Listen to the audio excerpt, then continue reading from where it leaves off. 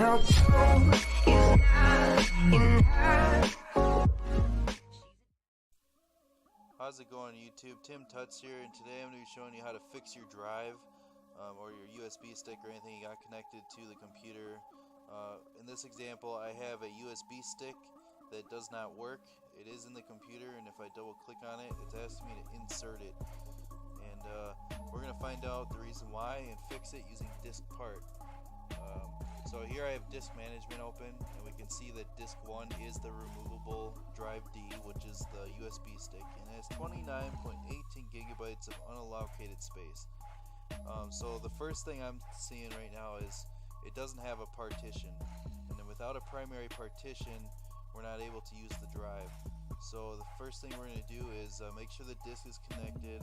We're going to create the partition, and then we're going to format it so it can be used. So to do that in Diskpart, I'll show you. So hold the Windows key and push R. The run box will pop up. Type in Diskpart and push enter.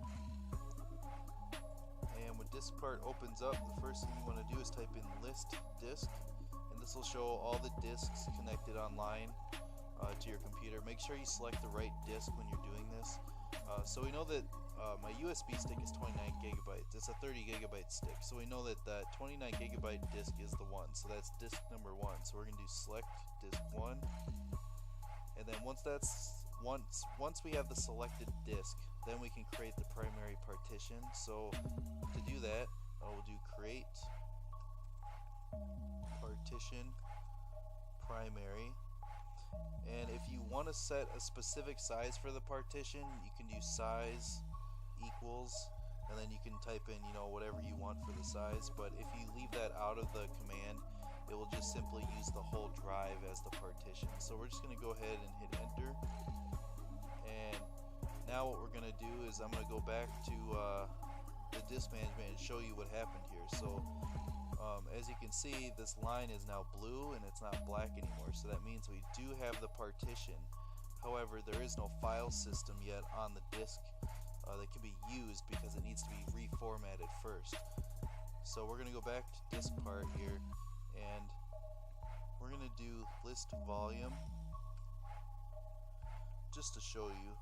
So list volume, and if you see, volume 3 is what we're working with. That's drive D, and you see how in this section it says raw. That's because FS stands for file system, and the current file system on that drive is raw. It doesn't have an NTFS or a FAT32, so we're not able to use it. In order to create a file system, we basically have to reformat the drive, and you can't format the drive until you have a primary partition. So that's where all this comes together. So once again, we're going to do list disk, and just get in the habit of doing this to make sure so you don't accidentally erase or format the wrong drive. So when you hit list disk, if you see an asterisk next to it, that means that is the selected disk.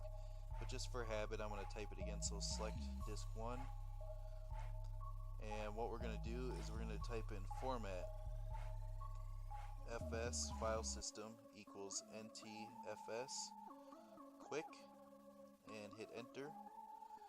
And if it says there's no volume selected, then go ahead and do this again. Sometimes you have to do this if you retype all this in again, but hit list volume. Volume 3 is drive D, so we're going to do select volume 3, and then go ahead and do format fs equals ntfs quick, and hit enter.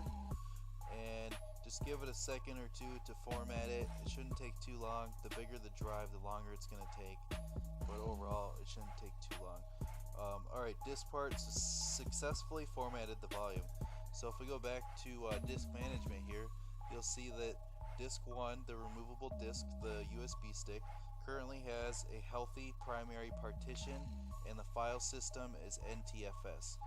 So if we go to our file explorer here, you'll see USB drive D, and you'll see that it has nothing on it. You can click on it and go into it, and that's basically how you set up your disk and do everything using Diskpart. So if you really like computers and you kind of wanted to know how stuff like that works, I hope that this is a good tutorial for you. If you did enjoy the tutorial, make sure you hit the subscribe button and also hit the bell so that way you'll be notified when I upload a new video. Thanks for watching.